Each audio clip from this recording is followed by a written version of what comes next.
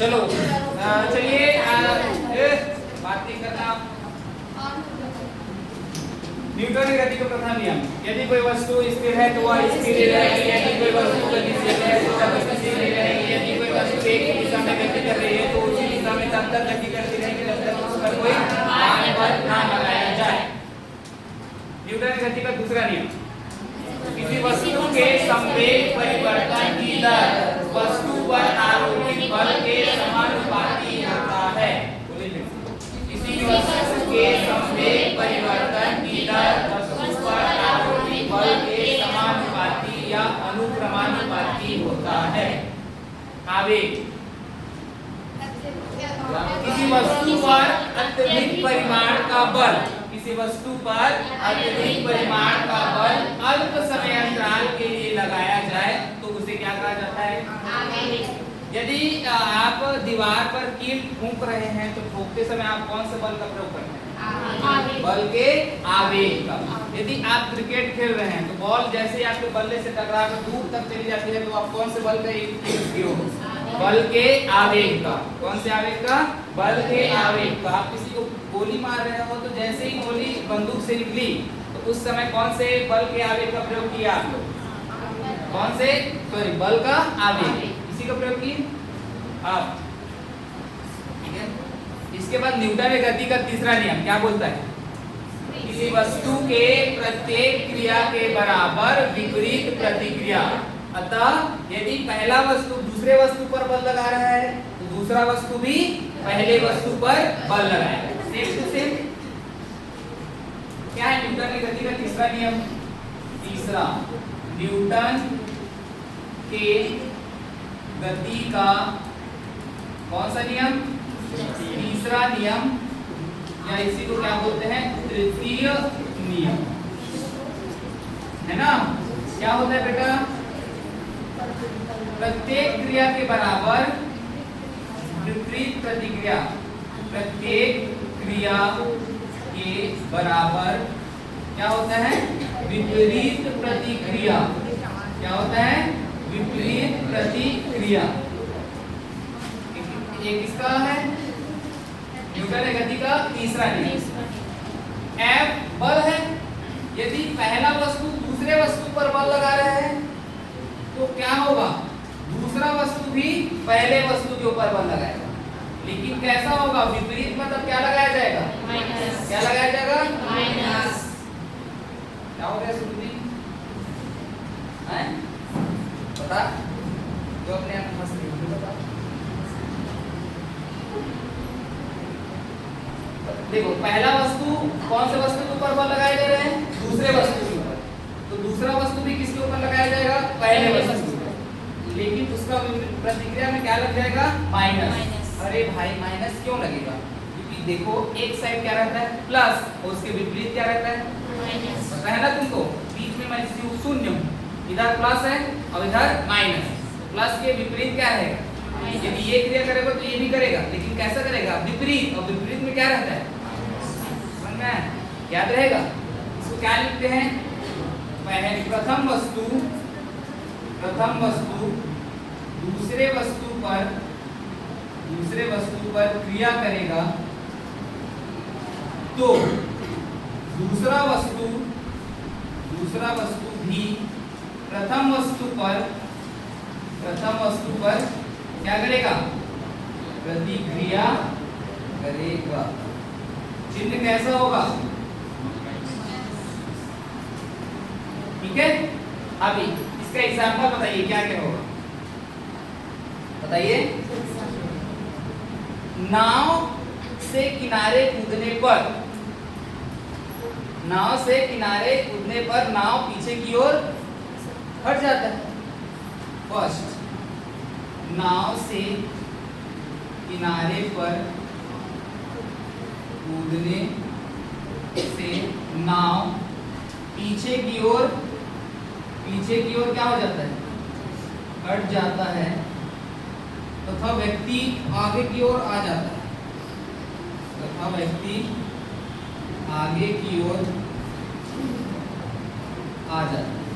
अब ये बताओ, अब तुम रस्सी से मतलब कुआं के पास जाओ, ठीक है?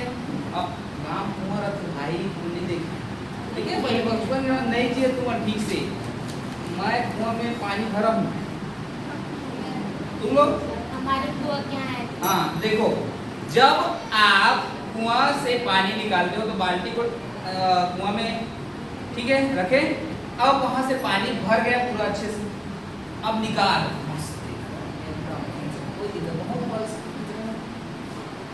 टूट गया रस्सी लो टूट गया रस्सी अब वो क्या होगा बाल्टी नीचे लेकिन आप ले गए नीचे की ओर गिरोगे कि नहीं बताओ आप उसको आगे की ओर खींच रहे थे कि वो पीछे गया मतलब वो बाल्टी गया नीचे गया तो आप भी ऐसे हुए वो उधर गया आप पीछे की ओर विपरीत प्रतिक्रिया हुआ। और सबसे बेस्ट एग्जाम्पल आप कभी भी खो वगैरह खेलते हो ना खो वगैरह खेलते हो या कुछ भी दौड़ाने वाला चीज खेलते हो आपको कोई पकड़ रहा है तो आप उस व्यक्ति को जो आपको पकड़ना चाह रहा है उस आप पहले गतिशील में ठीक है आप गतिशील में एकदम दौड़ते दौड़ते आ रहे हैं आप ना अपना साइड को तुरंत बदल दो ना मतलब आपको पकड़ना है आपको पकड़ा जा रहा है किसी को ना वो दौड़ते दौड़ते आ रहे हैं तुम भी दौड़ते दौड़ते आ रहे हो तुरंत अपना साइड मत बदल दो इस दिशा में आ रहे जैसे तुम ऐसे हो जाओगे तो वो इधर हो जाएगा क्यों क्योंकि उसका पूरा शरीर क्या रहता है न्यूटन गति के प्रथम नियम लगेगा इसमें क्योंकि उसका शरीर पूरा कैसा था गतिशील वो तुरंत नहीं रुक पाया उसको थोड़ा टाइम लगे थोड़ा आगे जाके फिर रुकता है वो देखना अब तुम्हारा दिमाग चल रहा है मुझे अब रुकना है करके और उसका थोड़ी पता है कि ये रुकेगा कि नहीं रुकेगा करके तो कभी भी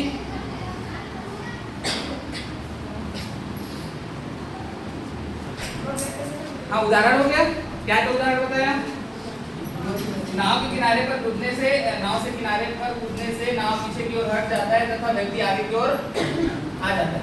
दूसरा क्या बता सकते हो आप? हाँ और एक है बंदूक से गोली निकलते ही बंदूक से गोली निकलते ही व्यक्ति कहाँ पीछे की ओर गिर जाता है गिर जाता है नहीं भाई नहीं गिर बस के चलने से तीसरा में क्या आ जाएगा कुएं से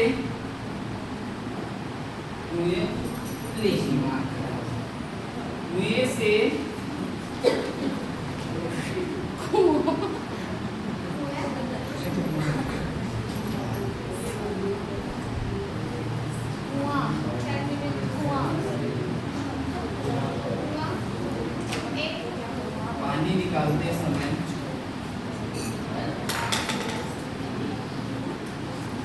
बाल्टी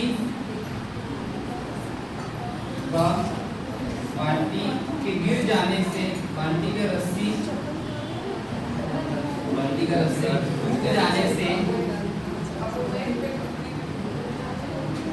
व्यक्ति पीछे की ओर गिर जाता है। चौथा आप जब चल रहे हो तो आपका पैर जमीन को किस ओर धकेलता है पीछे की ओर तो जमीन आपके पैर को किस ओर धकेलता है आगे की ओर। अब जब यही रेतीला वाला जगह में आए तो अब बताइए रेतीला वाला जगह में आएगा तो आपको बहुत कठिनाई होती है थक जाते हैं नहीं चला जा रहा है अब कुछ नहीं। अब बताओ रेगिस्तान में जो भी लोग होंगे ना उधर के लोग और वो लोग चलते होंगे बताओ उनका पैर कितना दुख होता होगा वहाँ पूरा रेत है कितना दुख होता होगा बताओ। आप चल पाओगे पूरा रेत जाओ ना नदी में पूरा नदी को चलना तो 1 किलोमीटर बाद तुम लोग थक जाओगे नहीं जा पाओगे। क्यों होता है ऐसा क्यों आपको नहीं मिल पाता प्रतिक्रिया क्योंकि आपको वहां आपको न्यूटन गति का द्वितीय नियम भी मिल रहा है तो रेत पर जैसे हमारा पैर पड़ता है तो रेत के नीचे में जमीन को बहुत दूर है ना वो तो ऊपर में रेत है तो जमीन से टच नहीं हो पाता है ठीक से क्या नहीं हो पाता तो उसको कम प्रतिक्रिया बल मिलता है ना कम प्रतिक्रिया बल मिलता है इसलिए उसको आगे धकेल नहीं पाता इसलिए तुम लोग थक जाते हो। अब ज्यादा धकेल भी नहीं पाएगा तो तुम लोग थोड़ी ना आगे जा पाओगे तो इसलिए तुम लोग थक जाते हो। समझ में आप बताओ बर्फ में आप चल पाओगे क्या बर्फ में चल पाओगे बर्फ है आपके पूरा बर्फ नीचे पूरा बर्फ है, बर्फ में क्या आप फिसल नहीं जाओगे? चल पाओगे क्या? क्यों नहीं चल पाओगे? वाई? क्योंकि उसके बीच घर्षण लगता ही नहीं। घर्षण जहां पास लगता है वहीं पास आप चल पाओ, वहां पास घर्षण लगेगा क्या है? घर्षण मतलब क्या होता है? आपकी गति को रोकना, वहां पर रोकेंगे नहीं, वो तो फिसल जाएगा फट से ऐसे करके। वहां घर्षण बल क्या लगता है? एकदम क्या होता है? शून्य। घर्षण क्या होता है? शून्य। बर्फ में घर्षण क्या होता है? शून्य। बर्फ में घर्षण क्या होता है? शून्य। इसलिए आप बर्फ में क्या हो सकते हो? नहीं चल सकते। तो कभी भी आएगा ये वाला क्वेश्चन तो क्या लिखना, क्योंकि घर्षण में सॉरी बर्फ में क्या होता है? घर्षण बल क्या होता है? शून्य। इस वजह से हम नहीं चल पाते। और रेत में आ जाएगा तो हमारे पैर को जमीन तक पहुंचने में क्या लगता है? समय लगता है, जिसके कारण उसको प्रतिक्रिया बल नहीं मिल पाता, इसलिए हम आगे की ओर नहीं चल पाते। ठीक है, चलिए 3 एग्जाम्पल लिखे, चौथा लिखाऊंगा।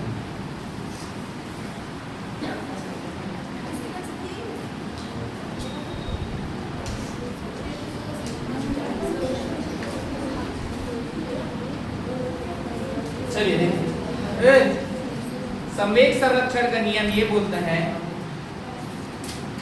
यदि मैं आपके ऊपर बल ही नहीं लगाऊं, है ना, यदि मैं आपके ऊपर बल ही नहीं लगाऊंगा तो आपका संवेग शून्य है। कैसे?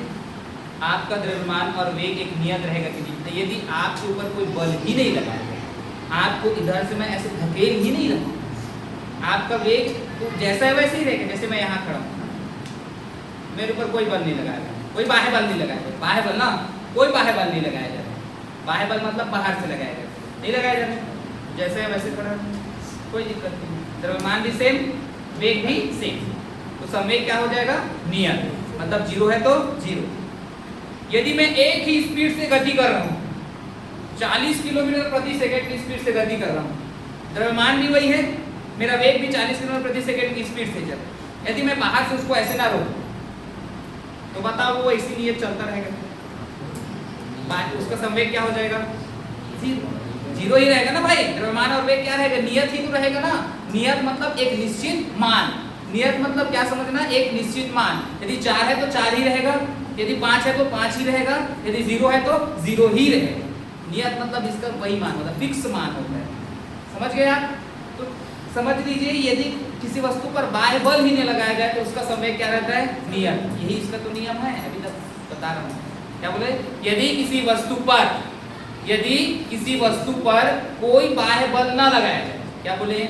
यदि किसी वस्तु पर कोई बाह्य बल ना लगाया जाए तो उसका संवेग नियत रहता है। यदि किसी वस्तु पर कोई बाह्य बल ना लगाया जाए तो उसका संवेग नियत रहता है। बोलिए पर, यदि किसी वस्तु पर कोई बाह्य बल ना लगाया जाए तो उसका संवेग नियत रहता है। किसका नियम है? संवेग संरक्षण का नियम। अब ऐसे भी समझ सकते हो, संवेग मतलब P होता है ना, संवेग मतलब P। आपका P संरक्षण मतलब क्या करना रहता है? उसका सुरक्षा करना है। तो कोई बाह्य बल ही नहीं लगेगा तो उसका संवेग क्या रहेगा? सुरक्षित ही रहेगा, मतलब एक नियत मान ही रहेगा। तो किसी वस्तु पर कोई बाह्य बल ना लगाया जाए तो वस्तु का संवेग क्या रहता है? नियत। देखिए, किसी वस्तु पर कोई बाह्य बल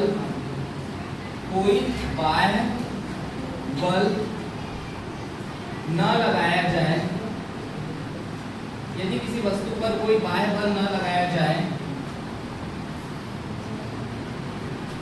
तो वस्तु का कुल संवेग क्या रहता है?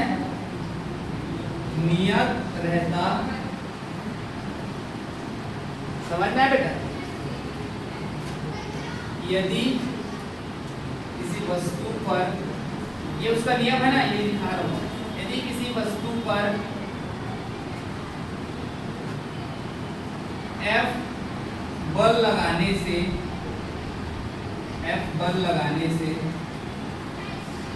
डेल टी समय में संवेग